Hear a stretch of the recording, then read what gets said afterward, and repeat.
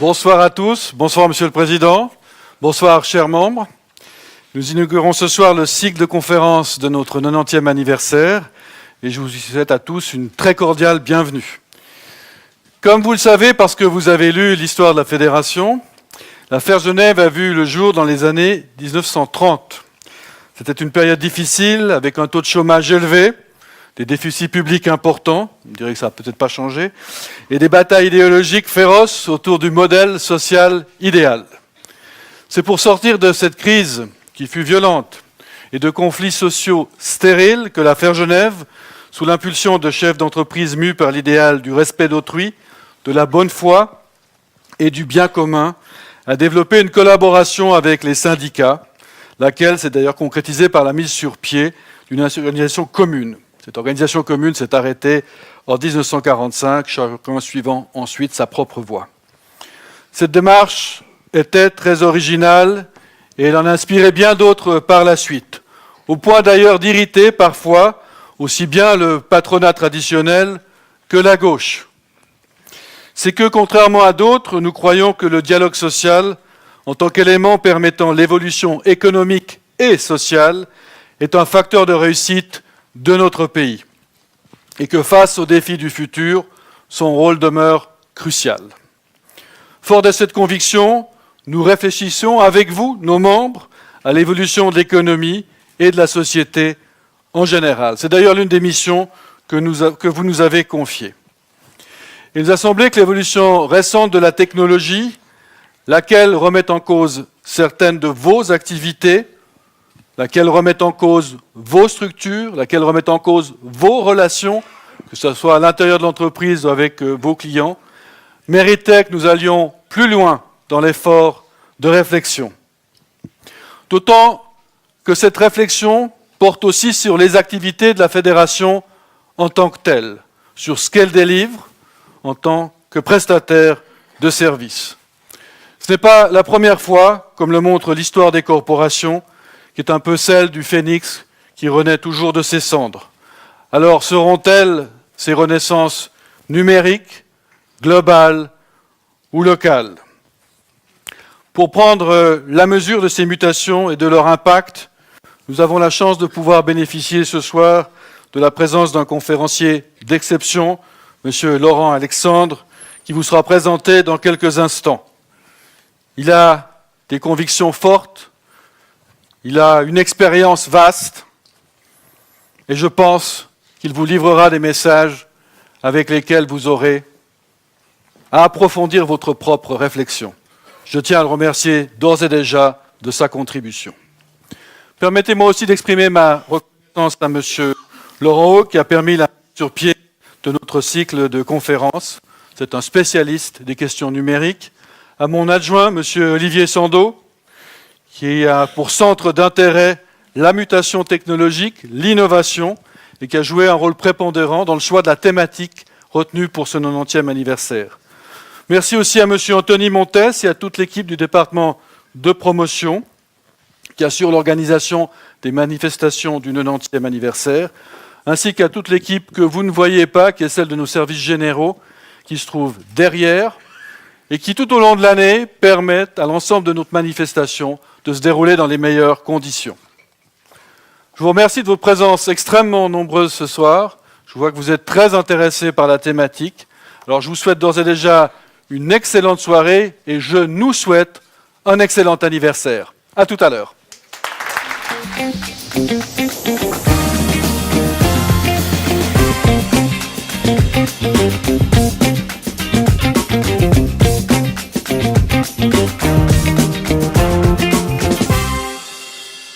Merci beaucoup, Blaise. Blaise qui va remonter sur scène tout à l'heure en compagnie de Véronique Kempfen, qui est la directrice de la communication de l'affaire.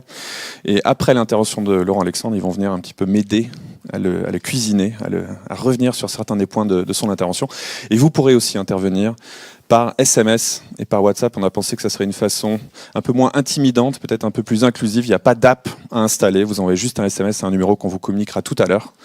Et vous pouvez participer si vous souhaitez que je dise votre nom, attachez votre question, vous le mettez dans le message parce que c'est un téléphone qui n'a pas de contact. Notre intervenant, vous l'attendez tous, j'ai vu que je suis sorti à -5 et j'ai vu des vagues arriver de gens qui s'intéressent à cette thématique. C'est vraiment une thématique centrale et on a la chance d'avoir un expert, quelqu'un qui réfléchit autour de cette technologie et de son impact sous différents angles. Alors j'ai dû écrire son cursus académique parce qu'il y a pas mal de diplômes, hein, donc diplômé de l'ENA, diplômé d'HEC, et comme ça ne suffisait pas, il a aussi fait un diplôme à l'Institut supérieur des études politiques de Paris.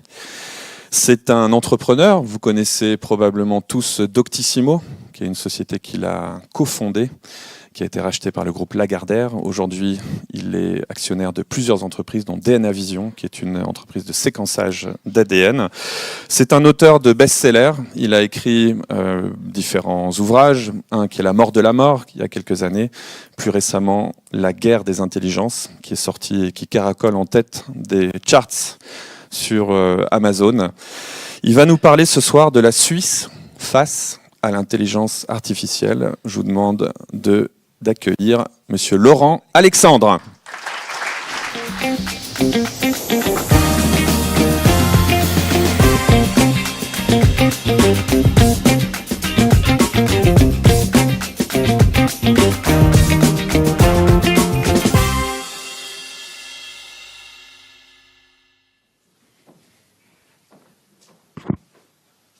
Merci beaucoup de m'accueillir ce soir ici pour vous parler d'un sujet que j'aime beaucoup, qui est notre adaptation par rapport à l'intelligence artificielle. L'intelligence artificielle, ce n'est pas un problème technologique, c'est un problème éducatif et politique. Comment empêcher que cette révolution technologique ne conduise à un monde à deux vitesses entre ceux qui maîtrisent l'économie de la donnée, l'économie de la data, l'économie de la connaissance, et puis des gens largués qui n'arrivent pas à s'intégrer dans l'économie restructurée par l'intelligence artificielle dans les 2-3 décennies qui viennent.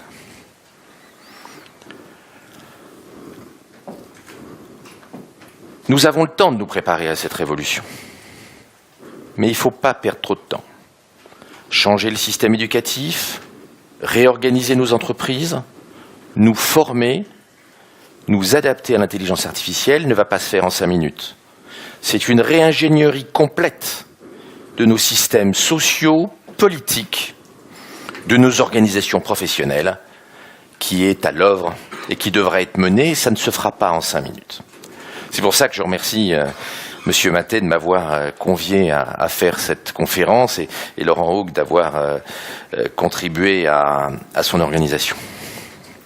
Vous avez mon compte Twitter, @dr_l_Alexandre, pour ceux qui veulent tweeter. Je ne viens pas ce soir en énarque français arrogant pour vous expliquer que vous êtes des crétins. Je suis un fan. Je ne cesse de donner la Suisse en exemple. J'adore la Suisse. Je suis tout le temps fourré en Suisse. Je suis à Genève extrêmement souvent. J'adore. Ce soir, je vais vous parler de la Suisse face à l'IA.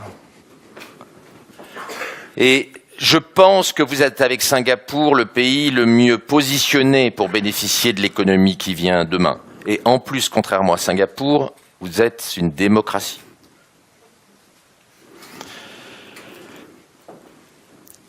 Vous êtes très bien placé pour gagner la guerre de l'intelligence, pour manager la guerre des intelligences.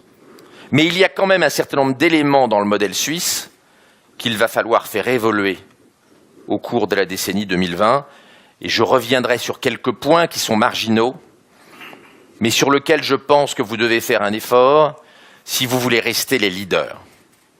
Vous êtes aujourd'hui l'épicentre mondial de la richesse dans la stabilité sociale, avec l'économie la plus haut de gamme qui soit, tellement haut de gamme que quand le franc suisse devient fou, ça n'a quasiment pas d'impact sur la santé économique du pays. Ce qui prouve à quel point vos productions industrielles et de services sont sophistiquées et ne souffrent pas d'une valorisation importante du franc suisse.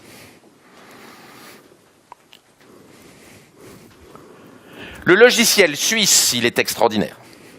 C'est un actif fantastique, un autofinancement extraordinaire des entreprises, un modèle bottom-up qui fonctionne très bien, un apprentissage à côté duquel le système éducatif français est minable, ou le système même anglais et de beaucoup de pays est minable.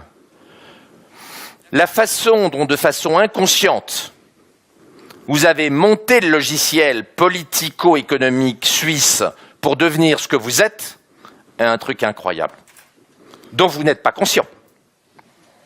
Mais allez vous promener dans le 9-3 ou dans la banlieue de Bruxelles, et vous allez voir ce que c'est qu'un modèle qui marche mal, avec des communautarismes, des mauvaises intégrations, plein de gamins qui bossent pas. Et vous savez qu'en France, par exemple, il y a 17% de nets, c'est-à-dire de gamins qui ne sont ni au boulot, ni à l'école, ni en formation.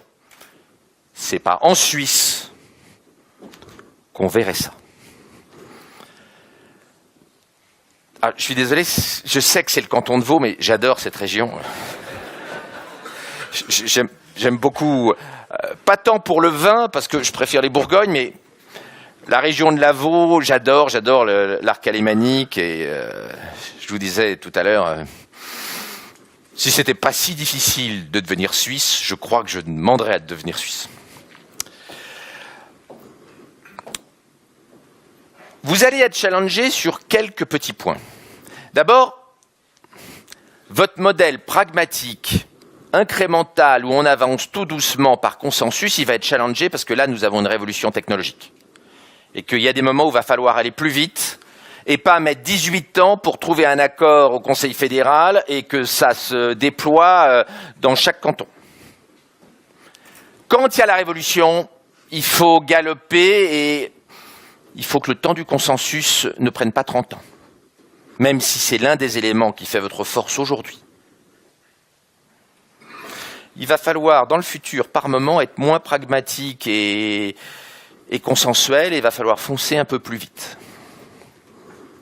Le deuxième point, c'est que la Suisse, comme l'Europe, va souffrir du fait qu'elle est exclue du G2 technologique, c'est-à-dire de la Chine et des États-Unis, qui sont les vrais maîtres des technologies du futur et de l'intelligence artificielle. La Suisse, comme le reste de l'Europe, ne produit pas d'intelligence artificielle. Elle en consomme, mais elle n'en produit pas. Il n'y a aucun acteur de l'intelligence artificielle en Europe, ni en Suisse. Aucun. Google, Apple, Facebook, Amazon, Baidu, Alibaba, Tencent, Xiaomi sont les maîtres mondiaux de l'intelligence artificielle et nous regardons, pris en sandwich que nous sommes, entre ces deux empires technologiques qui, de façon très différente, sont devenus les maîtres de la valeur et les maîtres de l'intelligence artificielle.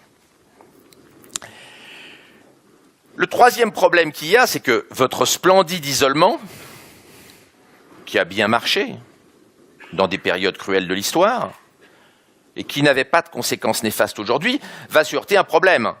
C'est que les grandes décisions technologiques à l'échelle mondiale, la normalisation de l'intelligence artificielle, sa régulation, sa gouvernance, ça ne va pas se décider à Berne ni à Genève. Ça va se décider entre la Chine et les États-Unis, et que vous avez le même problème que l'Union européenne en général, c'est que c'est difficile de réguler des technologies quand elles sont développées et qu'elles poussent très loin. Et en 1905, le Zimbabwe a pas demandé l'avis, la France n'a pas demandé l'avis du Zimbabwe pour savoir si on devait développer notre industrie automobile comme on l'a développée. Pourquoi voudriez-vous que la Californie et la Chine nous demandent notre avis sur l'avenir de l'intelligence artificielle, alors que ce sont eux qui développent ces technologies? Quatrième petit point, c'est que la banque va radicalement changer avec l'intelligence artificielle, pas du tout comme on l'imagine, mais pour des raisons de cybersécurité. Toute la partie informatique bancaire va être concentrée à l'horizon 2030 entre 3 et 5 ou 6 groupes mondiaux, et il n'y en aura aucun de Suisse. Ce qui ne veut pas dire que l'industrie bancaire suisse va disparaître, mais ça veut dire que ce qu'elle va faire dans la chaîne de valeur bancaire va muter profondément. Dernier point, enfin, l'apprentissage doit pivoter. L'apprentissage suisse est un trésor parfaitement adapté à la période 1990-2020, mais qui va être confronté à partir de 2020 au fait que l'intelligence artificielle va laminer les gens spécialisés et va ouvrir le règne des gens transversaux, multidisciplinaires et non spécialisés. Car toute tâche spécialisée a vocation à être automatisée par l'intelligence artificielle et la robotique dotée d'intelligence artificielle dans les 30 années qui viennent. De la comptabilité à l'analyse d'un scanner,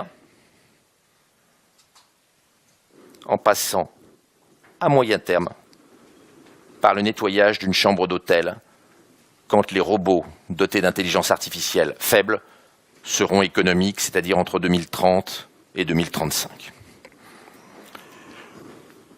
Quand on a un modèle complètement successful, de pivoter est vachement dur. De passer d'une spécialisation verticale géniale et qui a très bien marché et qui enrôle tout le monde, même les gens pas forcément très très doués, et qui ne laisse personne sur le bord du côté, et admettre qu'il faut changer parce qu'il y a un choc technologique, c'est compliqué. L'entreprise la plus successful au monde et dans l'histoire du XXe siècle sur la photographie, qui connaissait tellement bien les sels d'argent, Kodak, n'a jamais accepté d'abandonner la chimie et les sels d'argent pour aller sur le numérique. En réalité, même si c'est eux qui ont développé les premiers brevets sur les appareils photo numériques. Nous sommes en brouillard et nous avons une imprévisibilité technologique importante, mais nous avons aussi une très grande imprévisibilité sur les conséquences sociales, philosophiques et politiques de l'intelligence artificielle.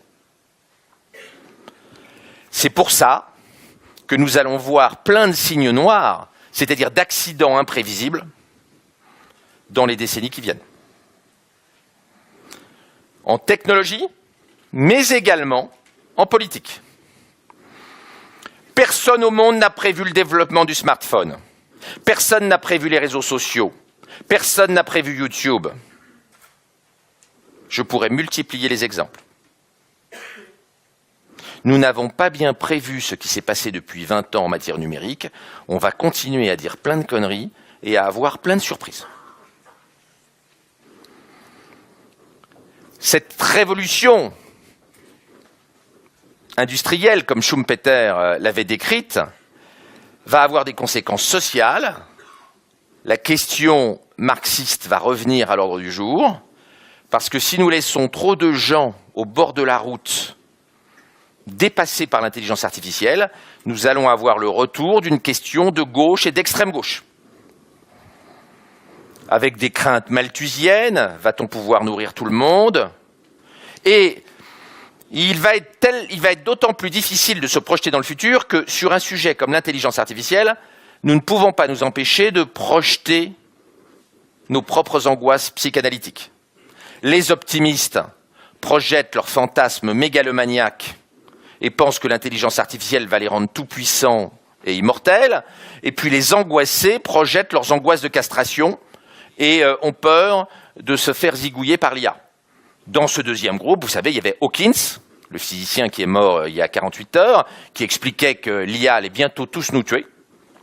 Il y a Bill Gates, le patron de Microsoft. Il y a également le fondateur de Tesla et de SpaceX, Elon Musk, qui explique que l'IA peut exterminer l'humanité dès 2030.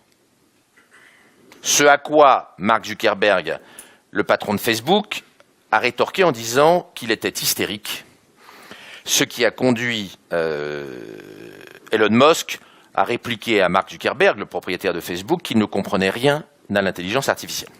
Et ils se sont insultés pendant tout l'été, entre juillet et août, sur Twitter et sur Facebook. Donc nous avons beaucoup de mal à avoir une analyse rationnelle, et ce qui est fascinant en matière d'intelligence artificielle, c'est que nous avons des différences incroyables d'appréciation entre les experts. Je me garderai bien de donner ma propre opinion qui n'a aucune valeur. Mais je vais vous la donner de façon anecdotique. Contrairement à Elon Musk, je ne pense pas que l'intelligence artificielle puisse nous exterminer en 2030. J'exclus que ça puisse arriver avant 2050, qui est l'âge où je serai mort. Je laisse le fardeau à la génération suivante. Aujourd'hui, hélas, le débat sur l'intelligence artificielle, il est focalisé sur ces prévisions apocalyptiques d'une IA qui nous extermine. Et donc, nous ne réfléchissons pas suffisamment aux conséquences sociales, politiques et économiques de l'IA. Que va-t-on faire des gens qui seront demain moins intelligents que les intelligences artificielles ?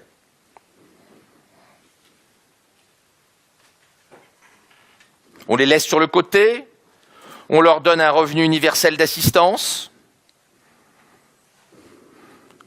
On leur met des microprocesseurs dans le cerveau, comme Elon Musk l'a proposé, et il a d'ailleurs créé une nouvelle société, Neuralink, dont il est propriétaire à 100% et dont il est président, destinée à mettre des microprocesseurs dans le cerveau de nos enfants, de manière à ce qu'ils soient compétitifs face à l'intelligence artificielle.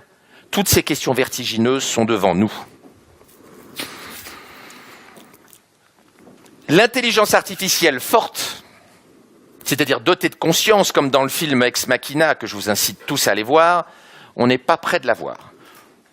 On ne va avoir dans les 20 ans qui viennent que des intelligences artificielles très connes, mais faisant de plus en plus de choses mieux que nous. Conduire un camion, analyser un scanner, conduire un Airbus.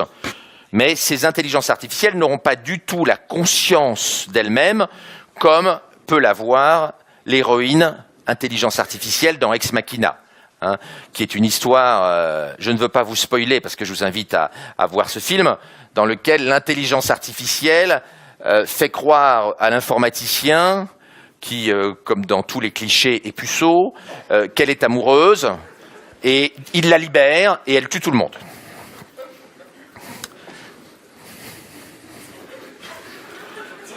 Une escroquerie au sentiment numérique, mais qui marche très bien parce qu'elle s'échappe.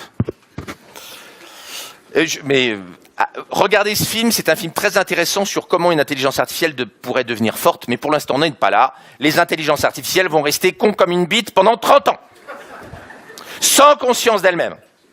Mais on va avoir un problème socio-économique à régler. Et là, il ne faut pas perdre trop de temps, parce que les 4 millions de chauffeurs routiers américains, on ne va pas les reconvertir en 5 minutes quand le camion autonome arrive. Il va falloir un peu de temps et un peu d'imagination. Ben oui, ce n'est pas une profession qui a l'habitude de changer de métier, de changer d'activité, de se former. C'est une réalité pratique. Donc, vous voyez que cette crainte que développe Musk, à plusieurs reprises, Musk a expliqué qu'il fallait très vite hybrider notre cerveau avec des circuits intégrés pour éviter que l'intelligence artificielle nous développe, nous transforme en animaux domestiques. De mon point de vue, c'est une erreur parce que ça nous éloigne du vrai enjeu qui est la formation, l'éducation et la réorganisation de nos entreprises. Alors, la Suisse, elle est plongée dans cette dynamique à la fois politique et puis technologique. Les technologies NBIC, les nanobiotechnologies, l'informatique et puis les sciences cognitives, c'est-à-dire les sciences du cerveau, l'intelligence artificielle et la robotique vont transformer l'économie mais aussi la société. Nous rentrons dans un monde où il y a une prime énorme à ce qu'on appelle les plateformes, comme les GAFA, Google, Apple, Facebook, Amazon, où l'intelligence va devenir gratuite, l'intelligence artificielle, Elle n'a pas conscience d'elle-même, l'intelligence artificielle, jusqu'en 2040, mais elle va faire de plus en plus de choses mieux que nous, et elle va être très très très peu chère. Le prix de l'intelligence artificielle va être divisé par 1 milliard d'ici 2040, alors que le prix de nos cerveaux ne va pas être divisé par 1 milliard. Donc en prix relatif, il va falloir qu'on soit compétitif pour tenir la route. On a des technologies qui sont très explosives et dont le coût change très vite, comme le séquençage ADN, l'analyse de l'ADN des bébés. Vous avez vu que le Conseil national, chez vous, cette semaine, a décidé qu'on aurait le droit, ça m'a fait rigoler, on aurait le droit en Suisse bientôt de séquencer l'ADN du bébé pendant les 12 premières semaines, mais il sera interdit aux docteurs suisses de donner les résultats à papa-maman suisse avant la 12e semaine, qui est la limite de l'avortement, comme ça les parents ne pourront pas avorter sans l'accord du docteur quand il y a une anomalie génétique qui ne leur plaît pas. Vous êtes des hypocrites. Et puis, on a bien sûr une caractéristique de l'économie du monde qui vient, qui est la démurgisation. Les nanobiotechnologies, en changeant nos chromosomes, notre cerveau, notre corps, fait de nous, petit à petit, des hommes-dieux, des homo deus. C'est ce qu'on appelle le transhumanisme.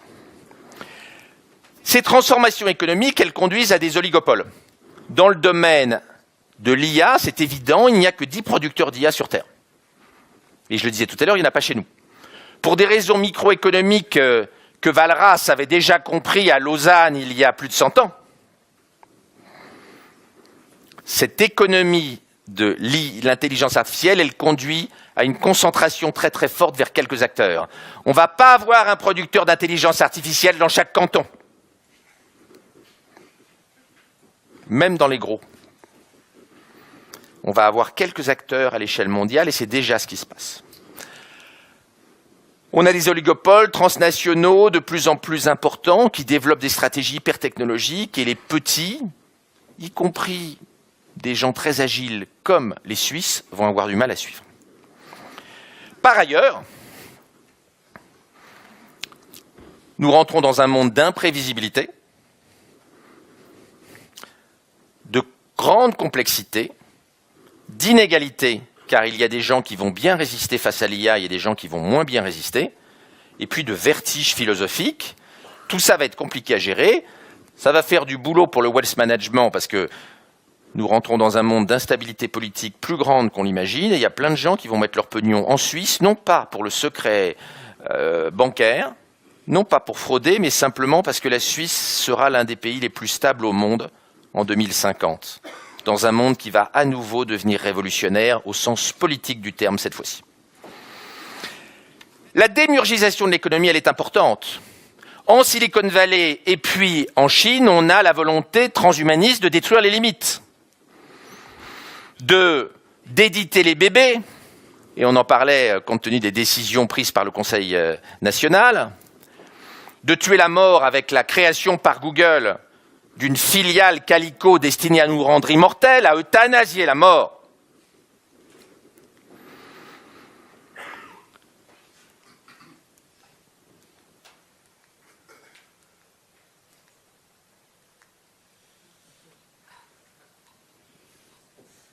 Ce projet transhumaniste qui est en train de naître entre la Californie et la Chine, et qui naît dans les multinationales de l'IA, est bouleversante. La volonté de tuer la mort, de conquérir le cosmos, de nous augmenter, de fusionner notre cerveau avec l'intelligence artificielle, de créer le bébé à la carte et de supprimer le risque, tout ça est bouleversant. 23andMe, filiale de Google, a un brevet pour la sélection des embryons. Amazon a le patron d'Amazon a lancé une fusée Blue Origin et il a l'intention d'envoyer 1000 milliards d'astronautes à la conquête de l'espace. 1000 milliards, c'est-à-dire 150 fois ce qu'on est.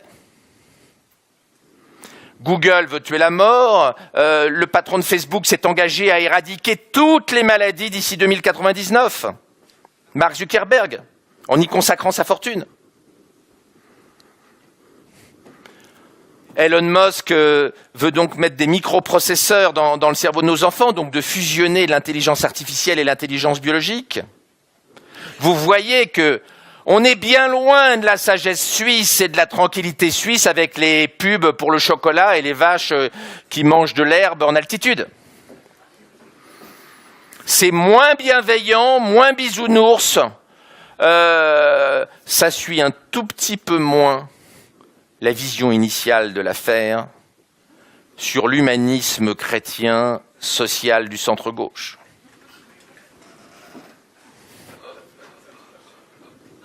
Et je me rattache davantage à cette vision-là qu'à une vision démiurgique de l'humanité, donc ça n'est pas une critique de la devise de l'affaire. Harari, dont même Macron a fait la pub quand il a sorti Homo Deus, a une vision que je partage, mais moi je veux agir, et que j'ai développée dans la guerre des intelligences, c'est que, effectivement, si nous ne changeons pas le système de formation, si nous ne nous préparons pas, nous allons avoir ce qu'il appelle « gods on useless », des dieux qui contrôlent l'intelligence artificielle et des inutiles qu'on va parquer.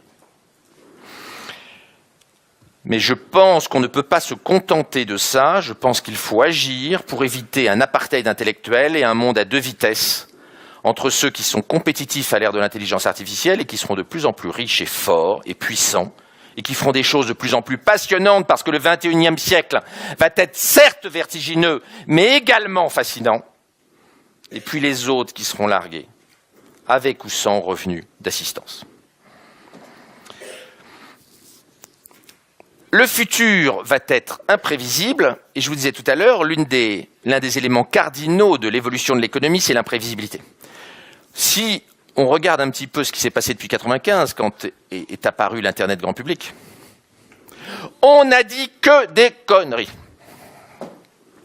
On avait dit que ça rendrait la démocratie plus forte, que ça détruirait les fake news, que ça allait diffuser le savoir, réduire les inégalités matérielles et intellectuelles, que ça allait disséminer la démocratie dans tous les pays, qu'il n'y aurait plus de régime autoritaire, que tout serait transparent.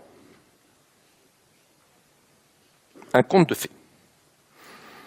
À la place de ça, on a le darknet, on a la transparence extrême que crée l'intelligence artificielle, et je vous invite tous à regarder cet article qui a fait la couverture de The Economist cet automne, et où The Economist montre comment les intelligences artificielles, à partir d'une photo de nous, sont capables de déterminer notre sexualité, si on est hétérosexuel ou homosexuel, avec une bonne capacité de prédiction, et notre quotient intellectuel.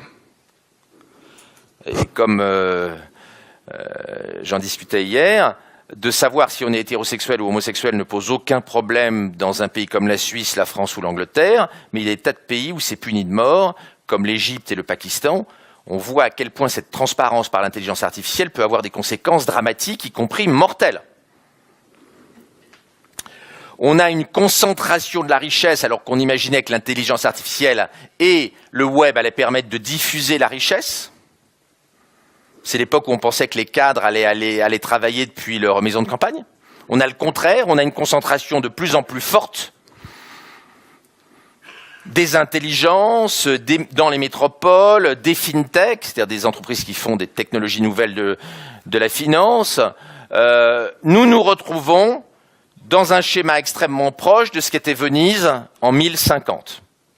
Sur des petits territoires, c'est-à-dire les métropoles high-tech, on a les cerveaux, les start-up, il y avait plein de start-up financières et de start-up commerciales à Venise, extrêmement sophistiquées pour l'époque, les artistes, les palais, tout le pognon, et puis autour on avait soit une muraille, soit de l'eau à Venise, et les 7 ou 8 grandes métropoles du Moyen-Âge, c'est-à-dire Gênes, Bruges, Amsterdam, etc., se protégeaient par des murailles en physique ou par des murailles en eau, avec autour des miséreux avec lesquels ils ne partageaient pas du tout la richesse. Nous sommes en train de recréer ça, alors qu'on avait imaginé que les technologies informatiques allaient juste créer le contraire, en créant un monde d'harmonie, de vérité et de baisse des inégalités.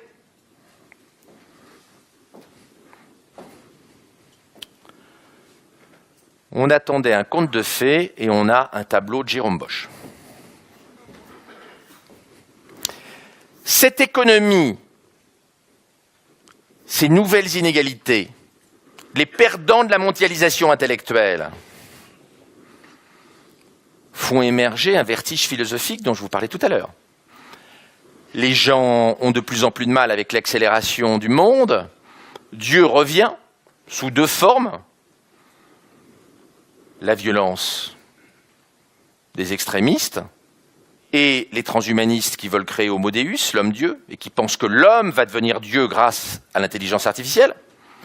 Le retour probable de la violence, une impréparation de nos sociétés à gérer ces bouleversements, la désynchronisation entre nos institutions politiques super lentes et la technologie qui galope, plein de tabous et un vertige qui prend les perdants de la société de l'intelligence artificielle, c'est-à-dire les gens moins intelligents que l'intelligence artificielle, et qui risquent d'être nombreux dans 1, 2 ou 3 décennies si on n'y fait pas attention et si on n'y travaille pas tout de suite.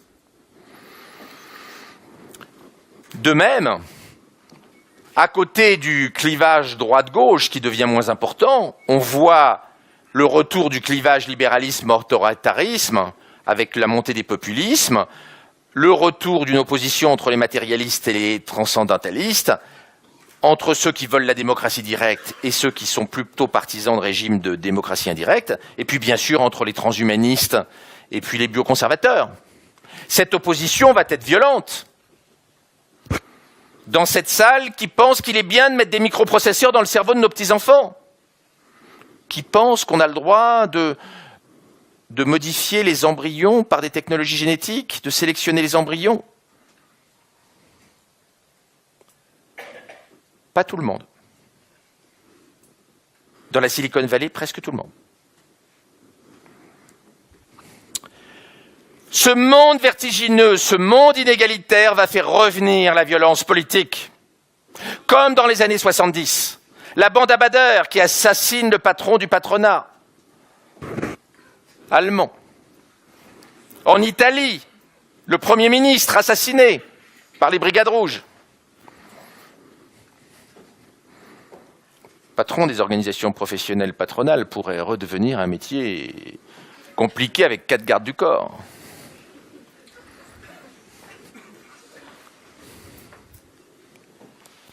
L'assassinat du patron de Renault en France. Ce qui, d'ailleurs, soit dit en passant, augmentera l'avantage concurrentiel de la stabilité suisse. La Suisse s'offrira, en période révolutionnaire, un avantage qui est sa immense stabilité. En matière d'intelligence artificielle, depuis 50 ans, il y a un truc qui est constant, c'est qu'on ne fait pas de progrès sur l'intelligence artificielle. Mais, depuis 2012, on a une accélération du développement des intelligences artificielles faibles depuis que nous avons, grâce aux réseaux sociaux, plein de données pour éduquer l'intelligence artificielle, car aujourd'hui, l'intelligence artificielle s'éduque à partir des montagnes de données des géants du numérique. Car l'intelligence artificielle, pour apprendre, a besoin de beaucoup plus de données que les bébés. Et qui a énormément de données sur Terre? Les GAFA et les BATX. Et vous savez bien que nous et nos enfants, nous mettons par exemple 10 milliards de photos chaque jour sur Facebook, ce qui éduque les intelligences artificielles visuelles de Facebook.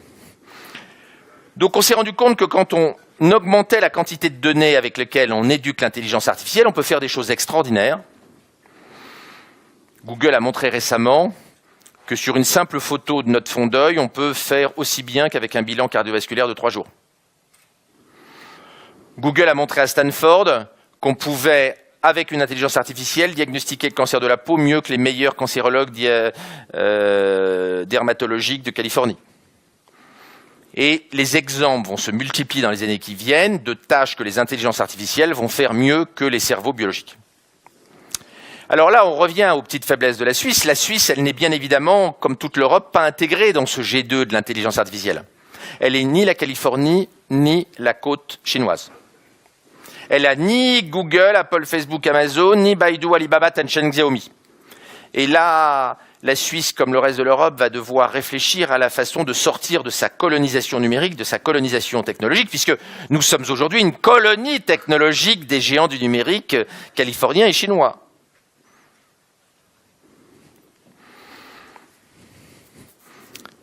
La Suisse est impuissante sur ces sujets-là, comme l'Europe l'est. Et on a vu à quelle vitesse un empire peut mourir. Regardez Nokia en Europe, qui n'a pas compris comment évoluait le téléphone portable, et l'IA est mort, et maintenant est sur une niche en business to business et a abandonné quasiment, à part quelques petits modèles vintage pour les amoureux du passé, a abandonné le téléphone portable, après avoir eu 60% du marché mondial de la téléphonie mobile, il y a 10 ans.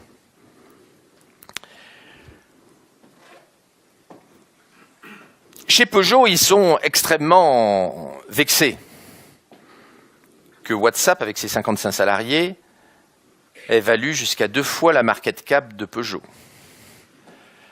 Et un jour où je parlais de ça, à la fin, il y a un monsieur qui vient me voir, et qui me dit « Je suis Roland Peugeot ». Je me suis dit « J'aurais mieux fait de la boucler ». Et il me dit « Vous savez, docteur, c'est horriblement vexant, mais vous avez raison, on est ridicule à côté des 55 salariés de WhatsApp. »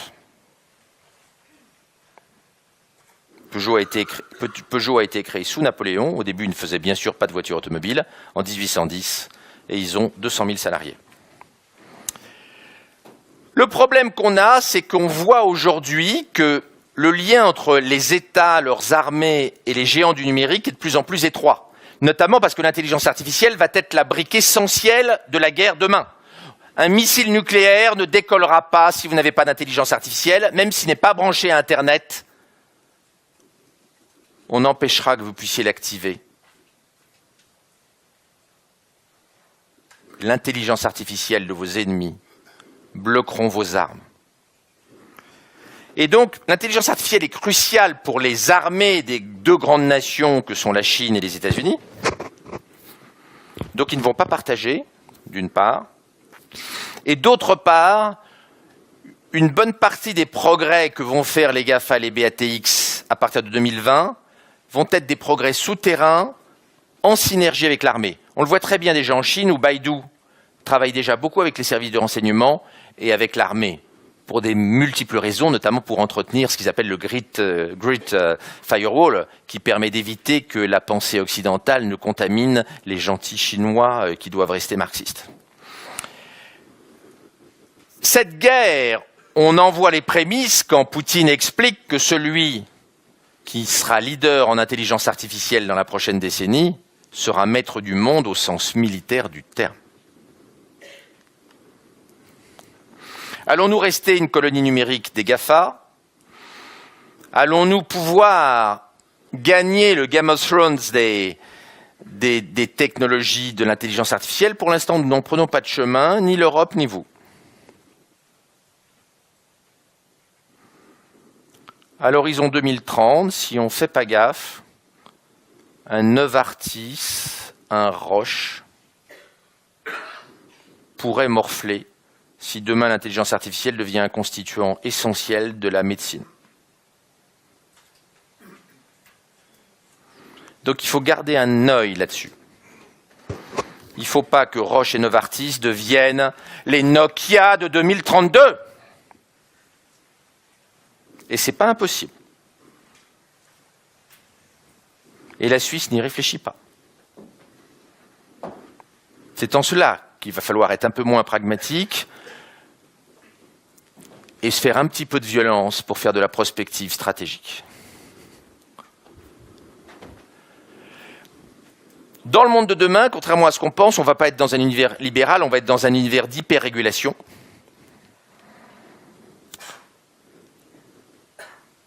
Science a publié récemment un papier qui montre que des chercheurs ont montré qu'avec 100 000 $, on peut refaire le virus de la variole, qui tue dans presque 100% des cas, et pour lequel tous les vieux comme moi, nous sommes vaccinés, mais les jeunes ne sont pas vaccinés. Et il y a des pays où il reste de stock de vaccins, comme la France, mais il y a des pays où il n'y a plus de stock de vaccins contre la variole. Donc vous imaginez bien qu'on va réguler demain la biologie. On ne va pas laisser les gens faire de la biologie et de la génétique dans leur garage. De même qu'on ne va pas laisser les gens développer des intelligences artificielles potentiellement hostiles sur chez eux. Il va y avoir une régulation technologique de plus en plus forte dans le futur parce que ces technologies démiurgiques, on va les encadrer parce qu'elles sont potentiellement très dangereuses. Bill Gates a dit que grâce aux biotechnologies, il est possible de faire des nouveaux virus qui tueraient 30 millions de terriens la première année. Donc il va y avoir une police de ces technologies-là. On va encadrer Homo Deus. On va encadrer l'homme-dieu en rodage que nous sommes en train de devenir. Ces régulations de notre folie technologique, elles ne vont pas se faire canton par canton, elles vont se faire à une échelle plus internationale. Et les leaders de ces technologies, que sont la Chine et les États-Unis, vont être les maîtres de la régulation. Et on ne nous demandera pas notre avis, même si une partie des organisations dépendant de l'ONU ont leur siège au bord du lac Léman. Dernier petit point, la banque suisse va muter. La banque, c'est quatre grandes, dans sa chaîne de valeur, l'asset management, choisir les actifs, la sécurité, la confiance et la psychothérapie, rassurer les clients. L'asset management, ça va beaucoup souffrir parce que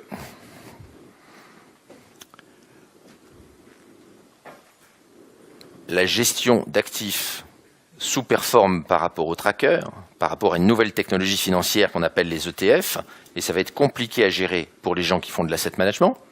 Et puis, deuxième problème, la cybersécurité, c'est-à-dire la gestion de la sécurité des transactions et des dépôts, va nécessiter demain des investissements que j'estime entre 10 et 50 milliards de dollars par an. Pour être capable, quand vous êtes banquier en 2035, de résister aux 1000 milliards d'attaques par des intelligences artificielles hostiles envoyées par les autres pour piquer les dépôts, chaque milliseconde, il faudra une structure de R&D en IA en dizaines de milliards. C'est pas Lombardier qui va faire ça dans sa cuisine.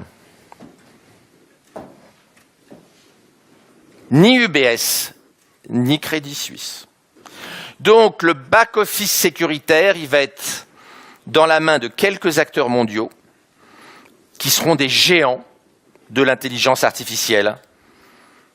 Il va y avoir entre 3 et 10 banques au sens de gestion des transactions dans quelques années.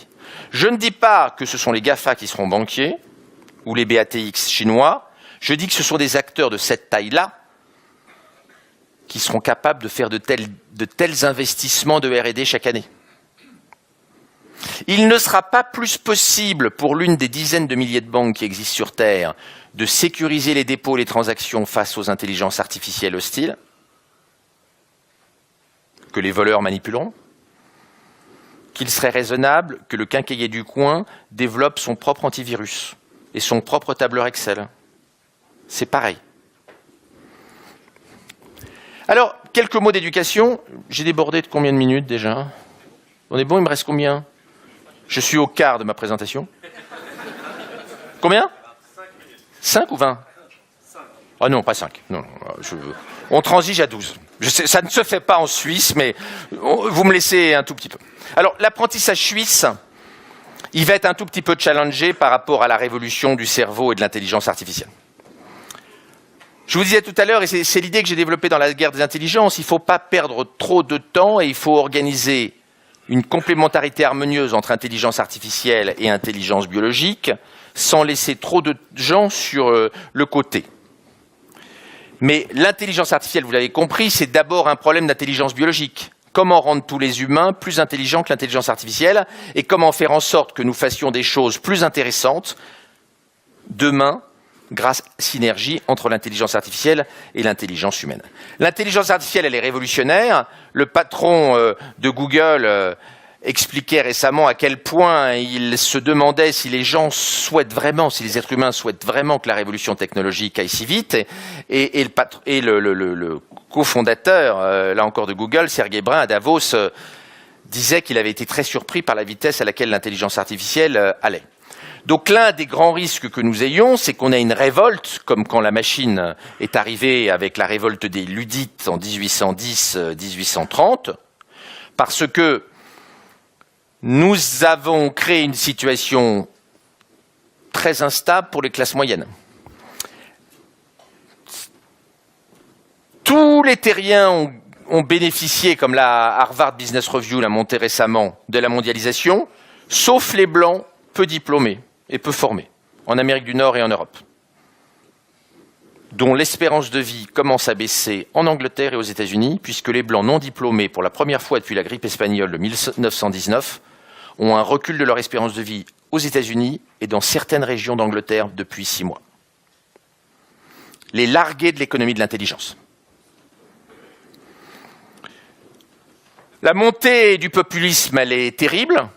Et si nous laissons trop de largués, si les innovateurs, les intellectuels, les start-upers, les gens successful laissent trop de gens largués sur les côtés de la révolution de l'intelligence artificielle, nous aurons une révolution populiste. Et d'ailleurs, entre 1935 et aujourd'hui, nous avons des points communs forts. Les classes moyennes deviennent populistes parce que leur situation, depuis 10 ans, ne s'est pas améliorée, comme dans les années 30. Et qu'il n'y a plus de discours politiques qui conduisent les classes moyennes à avoir confiance dans les systèmes politiques. Alors ce n'est pas le cas chez vous, parce qu'il y a très peu de laissés-pour-compte sur le bas-côté en Suisse, mais c'est le cas dans la plupart des pays. Même en Allemagne, l'AfD populiste a obtenu un score très important, et l'Italie est au bord de la rupture. Je ne parle bien évidemment pas du Brexit et de Trump, dont vous connaissez tous les déterminants.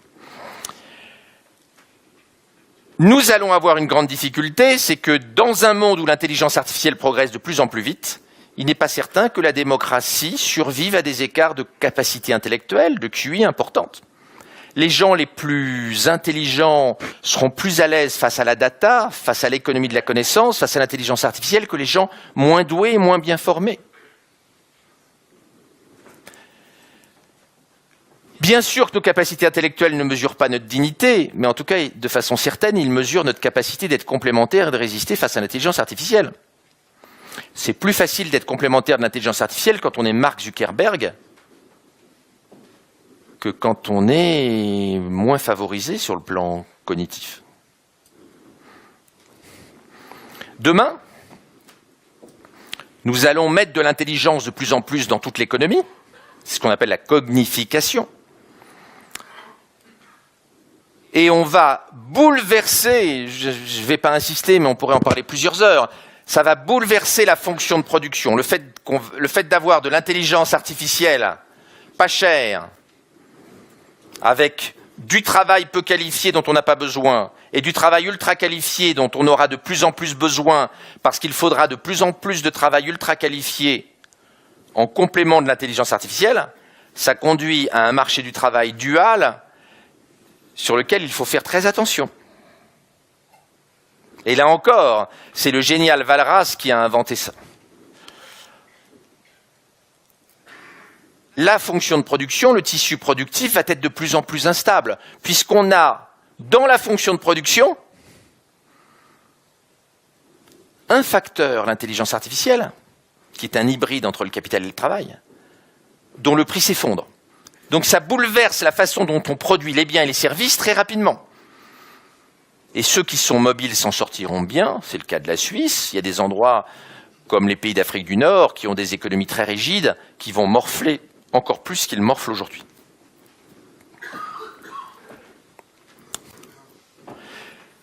L'industrialisation de l'intelligence artificielle sans démocratiser l'intelligence biologique est un suicide politique. Nous avons un problème.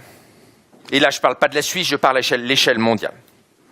Nous avons 2 types d'écoles sur Terre. Nous avons l'école de l'intelligence artificielle et puis l'école des cerveaux de nos enfants. L'école de l'intelligence artificielle ne fabrique pas des intelligences artificielles fortes, mais elle fabrique des intelligences artificielles faibles qui nous concurrencent de plus en plus. Et l'école des cerveaux biologiques, elle n'est pas très efficiente. D'abord, elle est lente. Entre ça et le MBA ou le doctorat du petit, il faut 30 ans.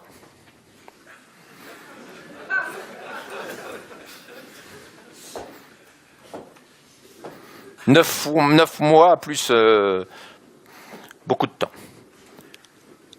Alors, c'est un processus plus agréable sur le plan charnel que d'éduquer une intelligence artificielle, parce que ça reste assez froid, les intelligences artificielles, mais ça prend du temps. Puis en plus, on n'est pas sûr que le gamin réussisse.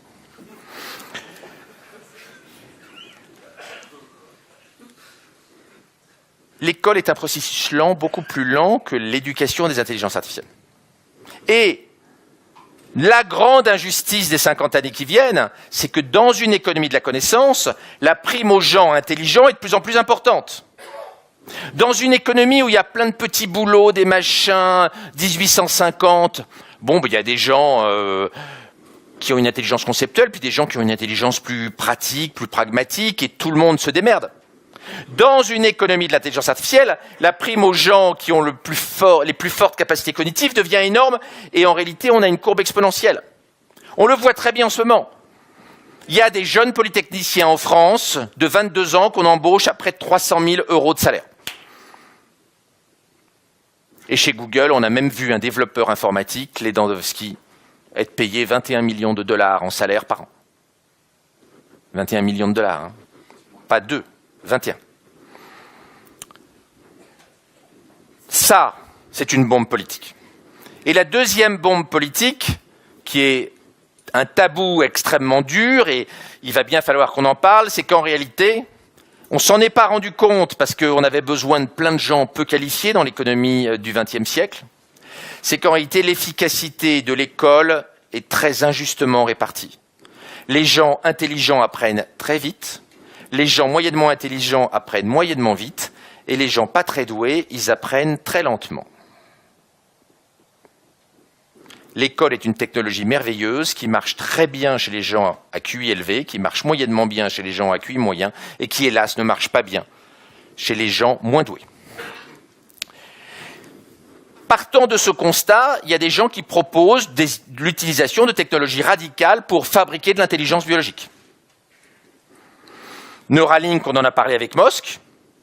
Musk dit on ne va pas réussir à rendre tout le monde capable de résister à l'intelligence artificielle. Donc il faut mettre des microprocesseurs chez tout le monde, dans le cerveau, de manière à ce que tout le monde soit compétitif de l'intelligence artificielle et qu'il n'y ait aucun laissé pour compte. Et on peut se demander si le lancement de Neuralink par Musk ne sera pas en fait le vrai début du XXIe siècle, c'est-à-dire du siècle vertigineux des neurotechnologies dans lequel nous rentrons. De la même façon, Facebook lance un casque de télépathie, et vous savez que dans 15 mois sort le premier casque de télépathie promis par Mark Zuckerberg, qui permettra de parler sans parler, par télépathie, d'homme à homme, d'homme à ordinateur et d'ordinateur à homme. Ce qui est une forme d'augmentation de neuro-enhancement. Là encore, vertigineuse. Et qui pose des problèmes éthiques importants. C'est pour ça que Facebook a promis qu'il ne lirait pas dans notre cerveau sans notre consentement. C'est important. Mais il faudra aussi veiller à ne pas dire de conneries, parce que vous êtes en télépathie avec votre femme et vous pensez à votre maîtresse. C'est un peu emmerdant, hein. Il faudra sans doute mettre des filtres, c'est-à-dire qu'il faudra sans doute paramétrer les casques de télépathie de manière à ce que, par exemple, ça ne transmette pas les informations concernant sa propre infidélité. D'ailleurs, là, il y a peut-être un brevet à déposer. D'autres proposent de faire de la sélection embryonnaire, de modifier les bébés. Je vous ai parlé tout à l'heure du brevet déposé par 23andMe, filiale de Google, par l'ex-femme du copropriétaire de Google sur la sélection embryonnaire, qui est un brevet de 2013. Donc cette fusion des neurosciences, de l'informatique, de l'intelligence artificielle, de la santé, de l'éducation, elle est troublante. Et vous voyez que nous rentrons dans une phase de transition cognitive bien plus importante que la transition énergétique. Il va falloir bien sûr qu'on règle la désynchronisation incroyable dans laquelle nous sommes entre le rythme lent dont je parlais tout à l'heure de l'école et de la politique et le rythme ultra rapide de la technologie, si nous voulons rendre complémentaire le cerveau humain et l'intelligence artificielle, le transistor et le neurone. Il va falloir mener ce combat et ça va pas être simple de rendre tout le monde à la hauteur de l'intelligence artificielle et complémentaire de l'intelligence artificielle. Ça va être un combat. Hein, si on fait une comparaison avec la médecine, si vous prenez les cancers du sein de 1 à 3 cm de diamètre, sans ganglion axillaire, sans métastase pulmonaire, hépatique, cérébrale, HER-, BRCA-, BRCA2-, E-, HER-, P-, en recherche depuis 1960, on a déjà dépensé 50 milliards de dollars. Sur ce seul sous-groupe de cancer. Combien on a dépensé en recherche éducative à l'échelle mondiale pour savoir comment apprendre de façon efficace les mathématiques aux gamins entre 80 et 90 de QI, entre 9 et 11 ans, ayant telle et telle caractéristique cognitive? Zéro. On n'a pas commencé à investir en recherche en pédagogie. Si on veut rendre tout le monde complémentaire de l'intelligence artificielle, il va falloir investir à l'échelle mondiale des centaines de milliards dans les sciences de l'éducation. Il va falloir faire de la veille stratégique parce que le tissu économique peut être disrupté demain très vite. C'est-à-dire qu'il peut y avoir des Nokia ou des Kodak parmi vous, sans que vous le sachiez et sans que vous le voyiez venir. Et si on avait dit aux orthodontistes qu'une partie de leur traitement serait fait par une boîte Invisalign grâce à de l'intelligence artificielle, Invisalign qui a déjà 5 millions de patients et qui est situé en face de chez Google, en Californie, si on avait dit qu'on remplacerait les bagues par des gouttières fabriquées par intelligence artificielle en Californie, chez un nombre croissant de patients, eh bien, personne ne l'aurait cru parmi les orthodontistes il y a 10 ans. Et pourtant, c'est arrivé. Laurent, juste une information. Justement, il y a des inspecteurs pour la nationalité suisse qui sont là. Ils m'ont dit si Laurent Alexandre espère un jour avoir le passeport, vu qu'il a déjà 15 minutes de retard, à 20, il n'a plus aucune chance de l'avoir. Donc ça nous laisse encore 5 minutes. J'ai fini dans une minute. Je dis ça, je dis rien, Laurent. Il va falloir gérer. Il va falloir gérer la frontière mouvante entre l'intelligence artificielle et l'intelligence humaine, et c'est pour ça que l'école va devoir être très réactive, car cette frontière entre le territoire des cerveaux biologiques et le territoire de l'intelligence artificielle va changer sans arrêt au fur et à mesure que l'intelligence artificielle progresse et que le système éducatif change. Il va falloir être très mobile, il va falloir que nous magnifions nos différences, qu'on soit multidisciplinaire, et c'est pour ça que le système d'apprentissage suisse très spécialisé va devoir muter dans la prochaine décennie. Il va falloir être très transversal, développer l'esprit critique, la transversalité, les humanités. Nous avons pendant encore 15 ans une chance, c'est que les robots ont des mains qui sont beaucoup moins habiles que la main humaine. Donc nous avons le temps de réfléchir jusqu'en 2030-2035 à comment on va réorganiser les métiers manuels, mais il ne faut pas perdre trop de temps. Dans vos entreprises, vous allez très rapidement vous rendre compte qu'il va falloir fusionner la GRH et l'IT. On ne pourra pas séparer le management des cerveaux biologiques et le management de l'intelligence artificielle si on veut rendre les deux complémentaires. Et donc l'IT va bouffer la GRH. Et ça va être source de psychodrame, même dans un pays civilisé comme la Suisse. Il va falloir, comme le dit Kevin Kelly, développer des managers des intelligences artificielles parce qu'il y aura plusieurs types d'intelligence artificielle.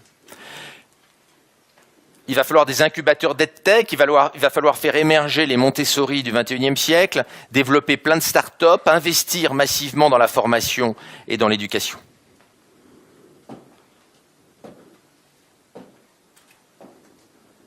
Tout le monde ici ne connaît pas Michael Porter, qui est l'homme qui a révolutionné en 1980 à Harvard la stratégie d'entreprise et qui a inventé la matrice des 5 forces pour analyser la concurrence de façon élargie et très sophistiquée.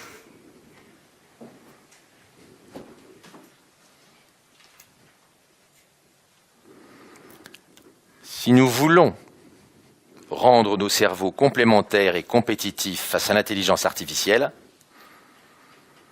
il va falloir que nous fassions le diagramme de porteur de nos cerveaux pour analyser la concurrence entre l'intelligence artificielle et l'intelligence biologique.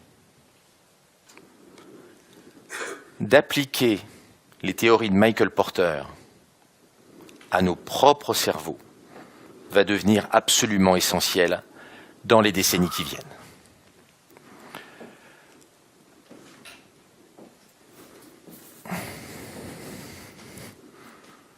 La Suisse, j'adore. J'espère vous en avoir convaincu. La Suisse, j'en dis sans arrêt du bien, et les politiques, sans arrêt, je leur dis de prendre un billet de train pour aller à Lausanne, de commencer en bas à l'EPFL et de monter jusqu'à l'école hôtelière, qui pour moi est un modèle d'éducation et de formation professionnelle absolument inouï. Je sais que le PFL a des petits problèmes de gouvernance aujourd'hui, mais j'espère que ça va rester l'école d'exception que c'est. Je suis un fan.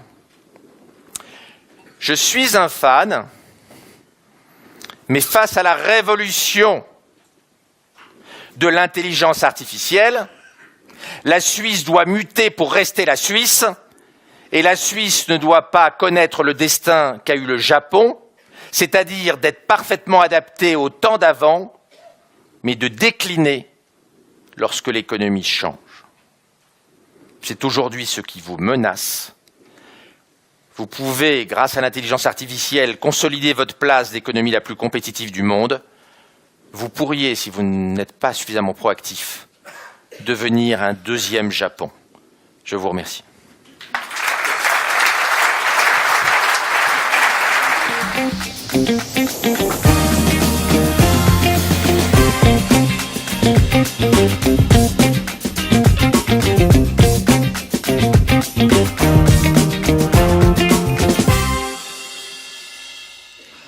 Il y a toujours après les présentations de Laurent Alexandre, il y a un petit moment de silence en général, comme ça.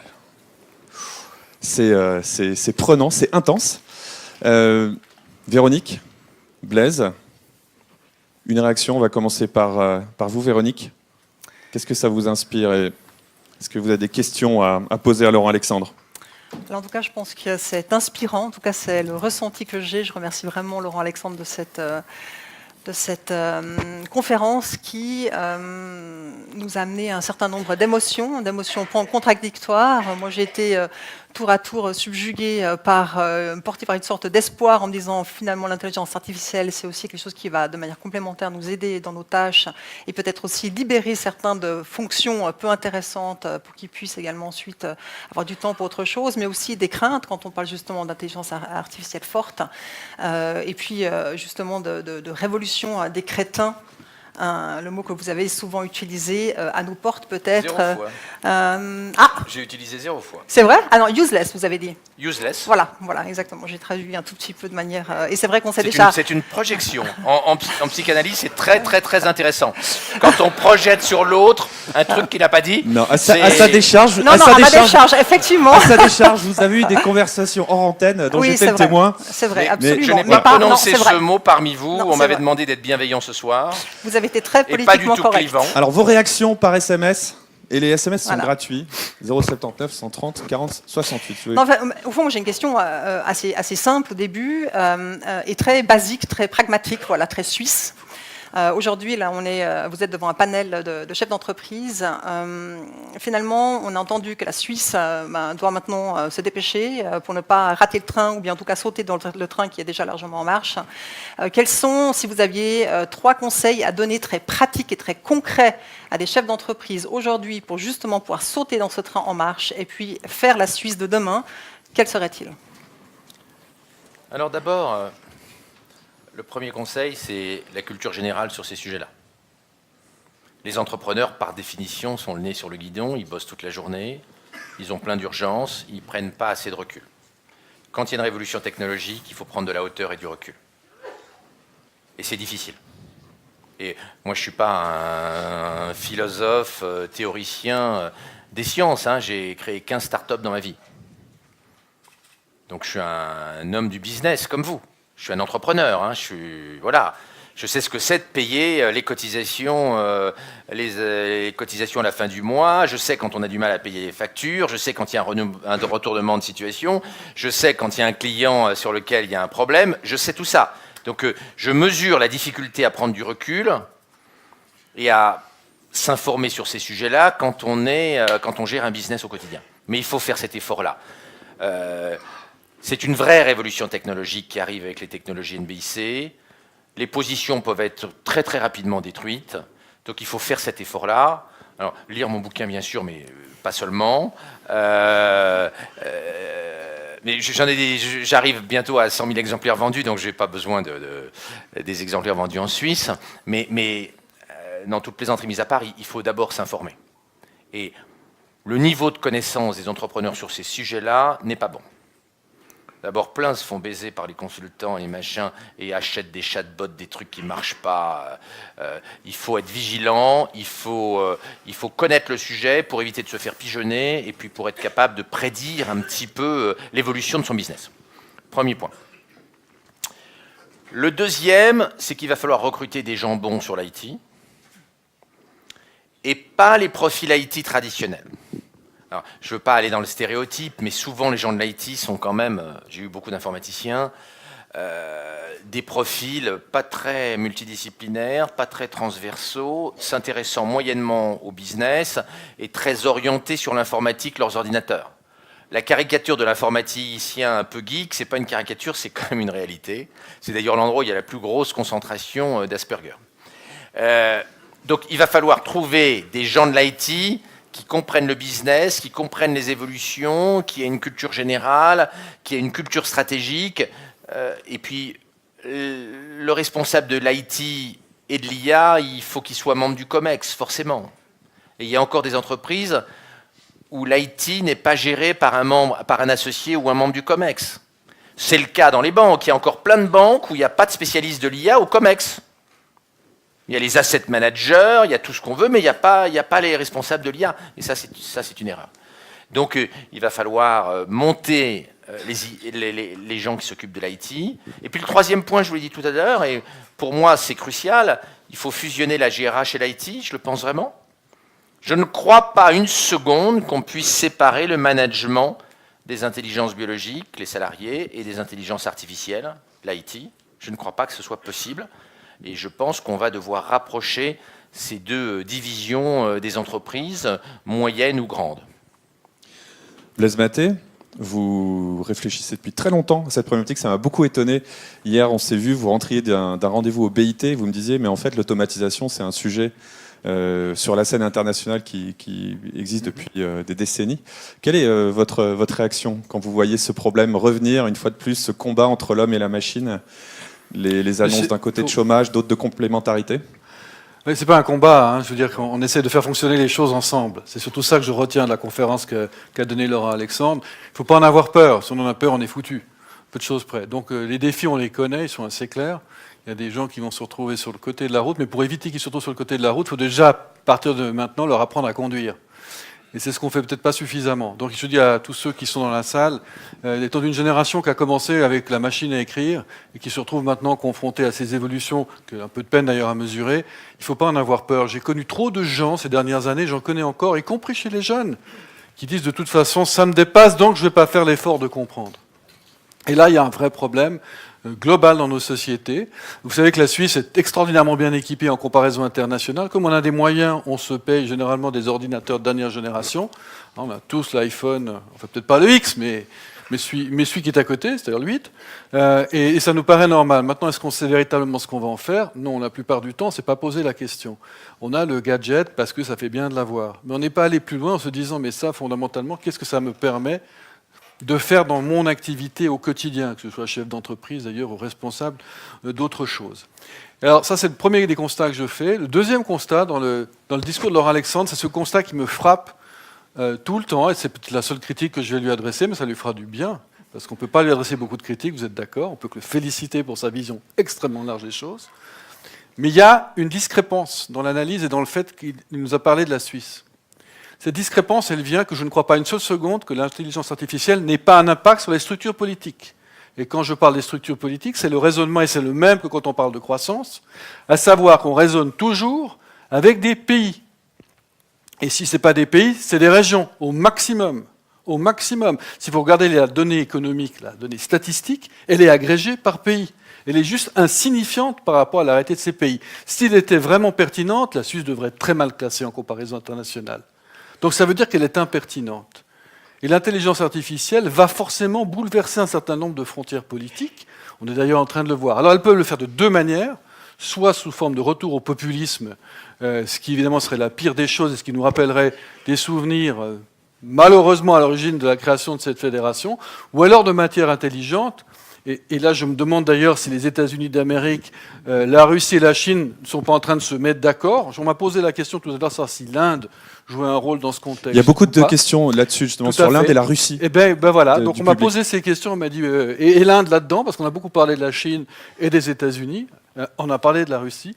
Je me demande s'il ne peut pas y avoir, d'une certaine manière, une sorte de reconfiguration politique au moyen d'intelligence artificielle, qui fait que finalement, la Suisse sera peut-être plus un havre de paix tel qu'elle l'est maintenant. Et c'est une des questions, au fond, que moi j'avais à vous adresser. C'est laquelle la question? C'est la politique. Le problème des gens qui vont. Parce qu'il y avait plusieurs questions. Non, il y avait une première, il y avait un certain nombre de remarques, mais j'ai fait deux types de remarques. La première, c'est, au fond, l'agrégation nationale. L'agrégation nationale, est-ce que ça a encore un sens à l'époque d'intelligence artificielle et de la concentration numérique que vous avez décrite tout à l'heure? Oui, alors moi j'aurais tendance à penser oui. Je pense que l'État-nation n'est pas mort. D'ailleurs, on voit la puissance de la Chine, on voit le retour des ambitions impériales dans un certain nombre d'endroits. Donc je pense que demain, l'État-nation, l'organisation par État va persister. Je pense comme vous que la politique va être disruptée. Moi, je n'imagine pas que la politique va rester telle qu'elle. Donc il va y avoir, derrière le choc technologique, un choc sur la politique. Mais la politique met beaucoup de temps. C'est par définition une technologie qui ne change pas tous les matins. On ne change pas la Constitution, on ne change pas les usages tous les matins. Donc la technologie politique va forcément aller moins vite que la technologie scientifique, au sens propre du terme. Mais vous avez raison. Alors, il va y avoir deux chemins. Il va y avoir le chemin où on réinvente progressivement une politique adaptée au temps nouveau, c'est-à-dire une politique capable de réguler harmonieusement l'homo deus en rodage que nous sommes et dont je parlais tout à l'heure. Et puis, si ça ne marche pas, eh ben, on va partir en vrille et on va avoir le retour des populismes. Le populisme, c'est quoi? Le populisme apparaît quand la sage alternance entre la droite du gouvernement et la gauche du gouvernement ne marche plus, comme c'est arrivé à la fin des années 20, et où il y a un troisième partenaire qui arrive et qui dit il y a un complot, on vous manipule, on vous fait croire que c'est compliqué, c'est vachement simple, moi j'ai une solution simple pour tout régler en 5 minutes, et les gens qui vous expliquent que le monde est compliqué sont des menteurs. Trump, il y a des solutions simples, on va faire ça, ça va marcher, ça va marcher. Les gens de l'AfD en Allemagne dont on parlait, en Italie, les gens qui ont été expliqués que le Brexit allait tout régler en Angleterre, c'est ça. C'est-à-dire c'est l'arrivée de ce troisième partenaire politique à côté de la gauche et de la droite du gouvernement qui explique à des gens déboussolés, et notamment à des classes moyennes dévalorisées, qui ne se sentent pas bien dans leur pompe, qu'il y a une solution simple, non technocratique. Il faut d'ailleurs noter qu'il y a un point commun entre notre décennie et puis la décennie 30, c'est que dans les deux cas, le revenu des classes moyennes n'a pas augmenté dans ces décennies-là. C'est les seules deux décennies depuis 150 ans où les classes moyennes ont stagné ou légèrement décliné. Et donc la loyauté des petites classes moyennes, c'est-à-dire qui est la partie la plus importante de la société, et le support d'une société moderne, eh ben, s'est évaporé, et les gens sont partis en quelques années vers les populistes. Et Laurent, une idée très simple, qui flotte beaucoup, et il y a eu 3 personnes qui ont posé la même question, la taxation des robots. Est-ce que ça, c'est une solution à tout ce que vous décrivez, l'automatisation de la société? Le problème des idées simples, c'est qu'elles sont souvent connes. Les robots, ils ne vont pas payer l'impôt. Ceux qui vont payer l'impôt, c'est soit les consommateurs des produits fabriqués par les robots, soit les capitalistes, soit l'État par déficit budgétaire. Mais si vous mettez un impôt sur les vaches, ce n'est pas les vaches qui vont le payer, c'est les paysans ou les gens qui vont acheter du chocolat Milka. Donc l'idée qu'on pourrait taxer les robots est une idée enfantine, c'est une idée populiste. Alors, on peut taxer le robot en tant que facteur de capital, mais de penser que c'est une solution magique et que le robot va payer, c'est faux. Ça va forcément être payé à la fin par le capital, par le travail ou par le capital ou effectivement par l'État, si c'est l'État qui subventionne les conséquences désastreuses qu'aurait une taxation des robots. Donc la taxation des robots, ça ne marchera pas plus que si vous imaginez que les vaches vont payer l'impôt sur les vaches demain. Véronique, un mot à rajouter là-dessus? Alors, pas forcément sur la taxation des vaches. En revanche, on a parlé énormément de quotient intellectuel. C'est vraiment un de vos mots qui revient le plus souvent, le QI. On entend beaucoup de personnes qui disent « Ah, mais les personnes qui ont peut-être moins de QI que d'autres pourraient aller peut-être dans des métiers de soins, par exemple, à la personne, parce qu'elles disposeraient... à contrario, ou bien de manière complémentaire à leur QI, de beaucoup de quotient émotionnel aussi. Est-ce que ça, c'est aussi une idée simpliste, ou bien finalement, est-ce que c'est quand même une voie praticable, justement, pour des personnes qui, peut-être, d'un point de vue purement intellectuel, sont peut-être un peu moins dotées, mais qui ne sont pas, évidemment, complètement exemptes de compétences, notamment, justement, dans la relation interpersonnelle? Alors, là, je ne vais pas être politiquement correct. Mais derrière cette analyse, et je ne dis pas du tout que c'est la vôtre, se profile l'idée que les gens intelligents sont méchants et pas empathiques, et que les gens moins malins sont super empathiques. Ça n'est pas la réalité. En réalité, les gens intelligents, ils sont très empathiques. D'ailleurs, quand vous prenez un bon commercial, vous n'allez pas chercher quelqu'un qui a un QI faible, vous allez chercher un mec qui a un QI fort. C'était pas vraiment le sens de la question. C'est un truc qu'on pourrait... Non, mais la question, c'est y a-t-il plusieurs types d'intelligence? Oui, non, alors il n'y a pas plusieurs types d'intelligence dès le début du XXe siècle. Et c'était une immense surprise. On s'est rendu compte que toutes les intelligences étaient assez fortement corrélées à un facteur général qu'on appelle le facteur G en neurosciences. Les gens étaient très surpris. Ils étaient persuadés qu'on avait chacun un cocktail d'intelligence différent. Hélas, les différentes formes d'intelligence sont corrélées assez fortement. Et donc, quand on a une forme d'intelligence, on a les autres qui sont assez développés. Ça ne veut pas dire qu'il n'y a pas de différence. Une corrélation n'est pas une égalité. Mais donc, effectivement, hélas, les différentes formes d'intelligence sont corrélées. Donc, il y a des gens qui sont moins doués dans toutes les dimensions.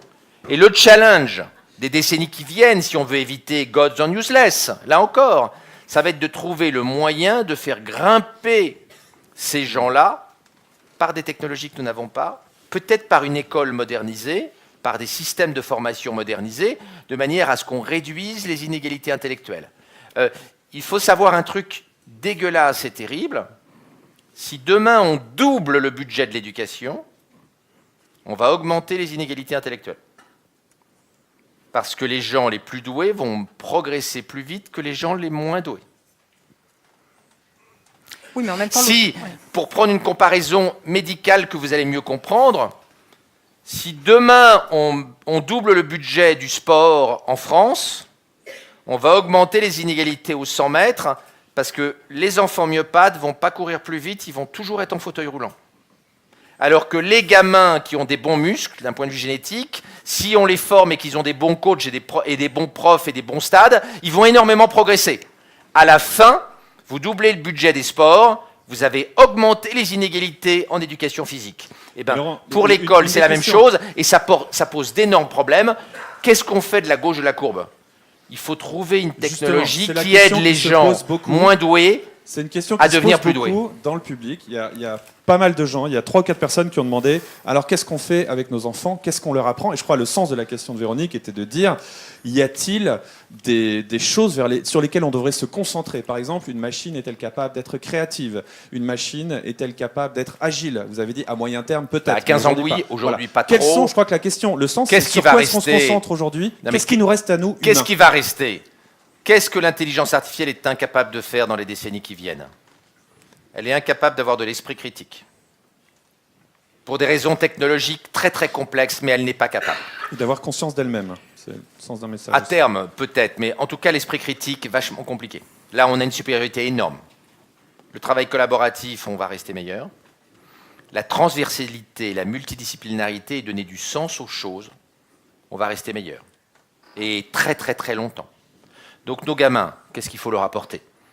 Une vision des valeurs du sens, le sens de l'histoire. Moi, mes gamins, là où je mets l'accent, c'est l'histoire.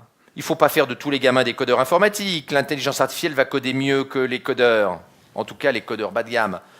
En revanche, apprendre l'histoire aux gamins, leur montrer d'où on vient, l'histoire des idées, l'histoire philosophique, de les aider à se projeter dans le futur, à être capable de faire de la prospective, à se mouvoir dans un monde très très très complexe, ça suppose d'avoir une culture générale, des humanités et le sens de l'histoire. Il faut faire lire les gamins, il faut les rendre multidisciplinaires. C'est pas forcément facile, mais c'est là où il est certain qu'ils ne seront pas attaqués par l'intelligence artificielle. Pour la faire courte, il faut mettre nos gamins le plus loin possible de là où l'IA est bonne et le plus près possible des endroits où l'IA est nulle. C'est évident, mais ce n'est pas ce que fait le système scolaire. C'est-à-dire, on continue à former plein de gens en leur donnant des capacités techniques très spécialisées sur lesquelles ils vont rester quelques années bons et utiles, mais sur lesquels ils vont se faire disrupter par l'intelligence artificielle. La comptabilité est un très bon exemple. Il va rester des réviseurs et des experts comptables. Il est extrêmement peu probable qu'il reste des comptables en 2035. Et on continue d'en former.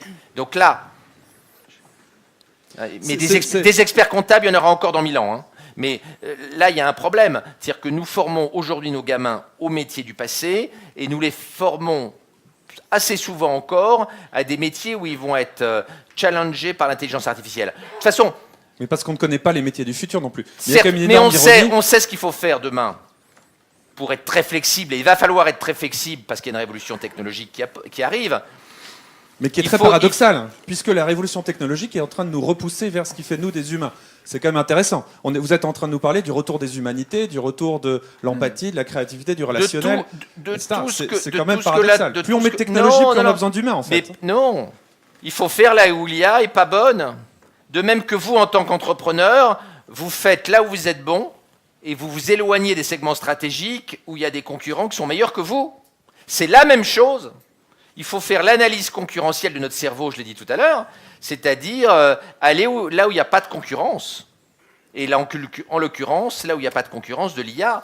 Et donc, il faut bien comprendre comment évolue l'IA, et notamment le deep learning, qui est le cœur avec le machine learning aujourd'hui de l'IA. Il faut bien comprendre comment fonctionne l'intelligence artificielle entre aujourd'hui et 2050 pour nous positionner en tant qu'individus et puis positionner dans nos familles, nos enfants, à être le plus complémentaire possible de l'intelligence artificielle au lieu d'être substitués par l'intelligence artificielle.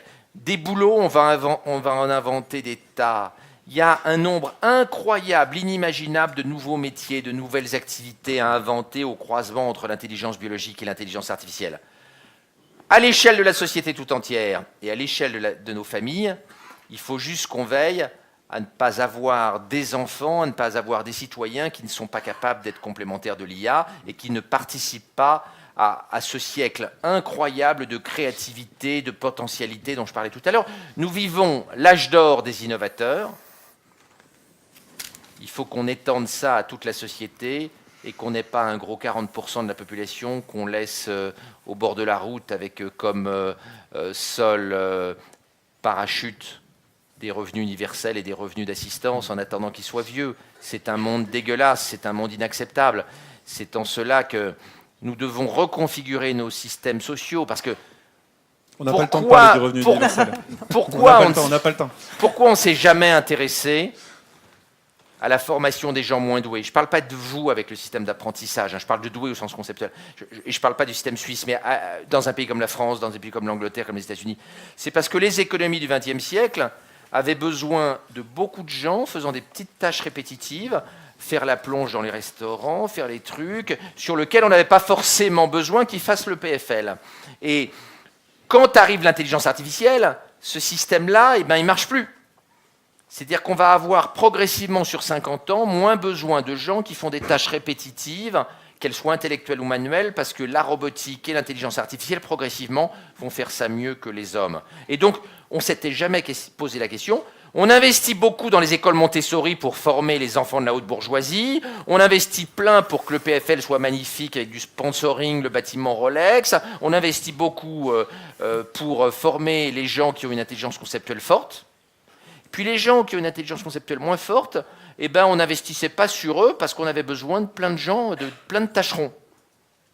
Et ce système-là, il est dégueulasse, mais surtout, à l'ère de l'intelligence artificielle, il conduit à une explosion des populismes décennie après décennie. Alors, il y a pas mal de gens qui ne sont pas d'accord avec vous sur ce point-là, par exemple, qui parlent de plombiers, de gens qui vont construire des choses, tirer des fils, etc., en disant ce n'est pas des jobs qu'ils pensent être automatisés maintenant. Personne ne connaît le futur, c'est difficile de se positionner là-dessus. Oui, alors malheureusement, il nous reste pas de temps, il ne reste plus de temps, et on va continuer la discussion dehors. C'est-à-dire que Laurent Alexandre je voudrais juste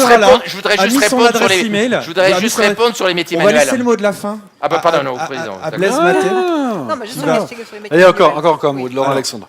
Le problème n'est pas manuel, pas manuel. Si ça vous intéresse, je peux vous envoyer en PDF un papier que j'ai fait dans l'Express il n'y a pas très longtemps.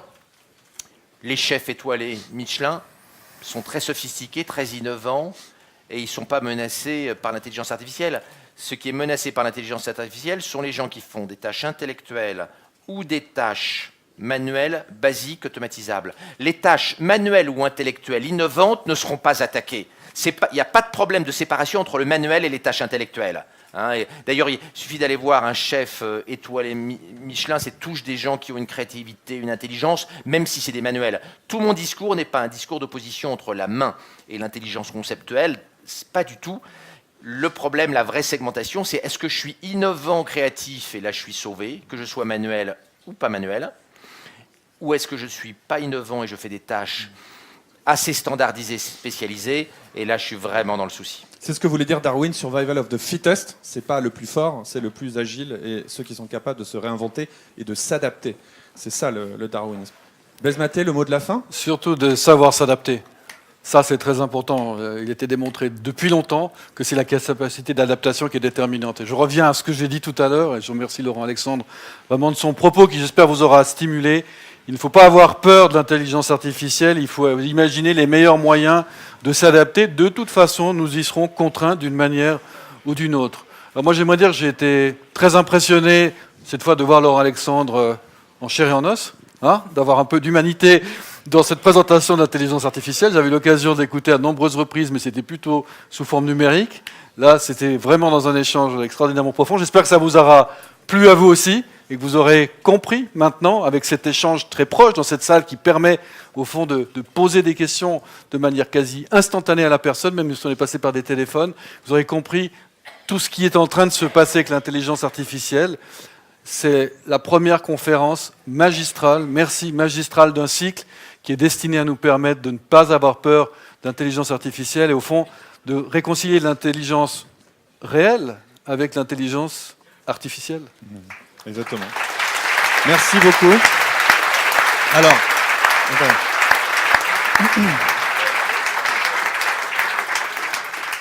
j'ai reçu 60 questions dans les 25 minutes qu'on a eues. Vous avez vu que Laurent Alexandre est très transparent avec ses contacts. Il y a son adresse email, il y a Twitter. Vous pouvez lui poser vos questions si on n'a malheureusement pas eu le temps de les relayer. Et on va maintenant aller boire un verre de vin. Et il sera là en chair et en os, vous pourrez aussi lui parler. Merci, on a rendez-vous donc le 14 juin pour la deuxième conférence de cette série des 90 ans de l'affaire, avec un futuriste pour vous parler de l'impact des technologies. Merci à tous. Bravo, non, je vous dis bravo.